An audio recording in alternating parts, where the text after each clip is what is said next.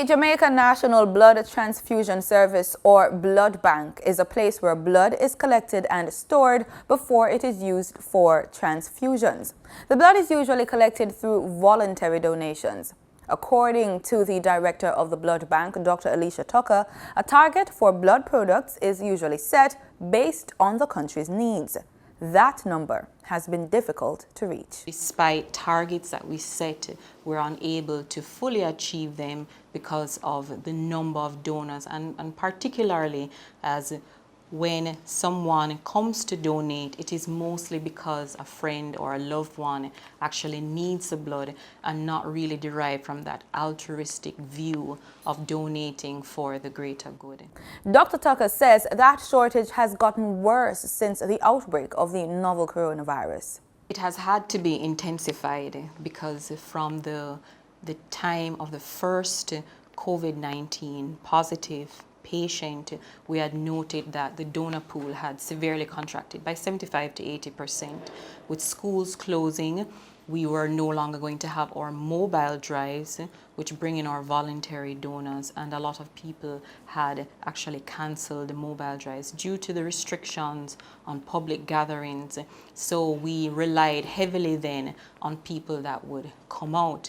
Now, with the stay-at-home regulations and restrictions and quarantine of some areas, the blood bank did see a drastic decrease.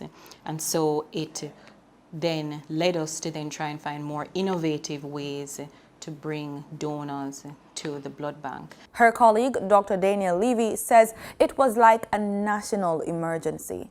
And that is when we decided, let's try with the social media push.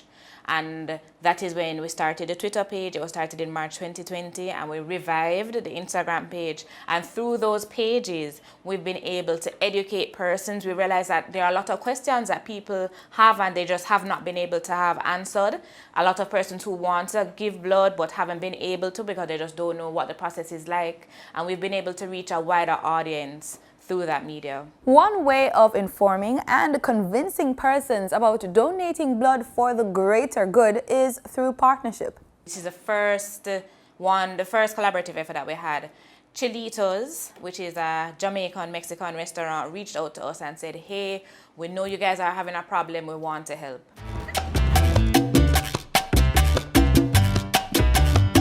One of our directors is a regular blood donor. She just started after we had a crisis last year with someone that was very close to us. And at the blood bank, she was there about a month ago, and she got to learn about the extreme deficit. The blood bank is always in a deficit, but in COVID, it's extremely worse. It's exacerbated by the fact that no one is going out anymore. So there's now an extreme shortage of blood. So it was from there that we decided that our way of giving back is going to be to encourage and do a whole platform on blood donations. So right now, it was supposed to be temporary, but we've changed it to permanent because why not? We were offering 30% discount on anything on the Chilitos menu if you can prove that you've recently donated blood. That just means carrying your donor card or a video or a picture of you doing it. You come in, you get your 30% off, and know that you've done an excellent job for the health infrastructure of the country. You've saved 3 lives, really. With the collaborative efforts through Citizens Response Jamaica, which I'm also a part of, and ePost Caribbean, and our long-standing partner, Chrysalis Communications, we've been able to offer appointments and pre-registration online for all collection centers island-wide. And this is major because persons want to have the comfort of knowing that if they're coming out of their house, they're coming out for a reason. And if they're coming out of their house, there's no long wait. And if they're coming out of their house, they're going to do something good. And we appreciate all of that collaboration that we've gotten since this COVID-19 pandemic. Blood transfusions are given to patients for many reasons, including serious injuries such as those sustained in car crashes. Transfusions are given for surgeries, childbirth, anemia, blood disorders, cancer treatments, and many others. Are you ready to save 1 or 3 lives? Gabriel took the journey and became a hero. When you decide to donate, you would enter the blood collection facility, and we'll start with a registration process.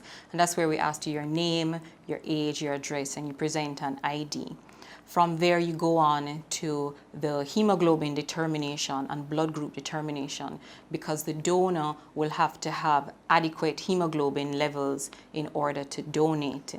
From there, you get a mini physical where we ask you specific questions, determine your blood pressure levels, and we have added now thermal screening for the donors in light of COVID, and we ensure that the donor is of adequate weight, so they're supposed to be over 110 pounds or 50 kg, and they would have eaten within 3 hours, and they don't have any illnesses which would actually preclude them from donating.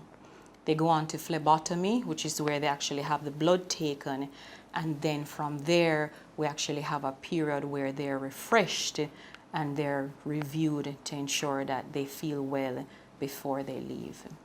That's it for this week's edition of PBCJ's Living Healthy. I'm Simona Absalom.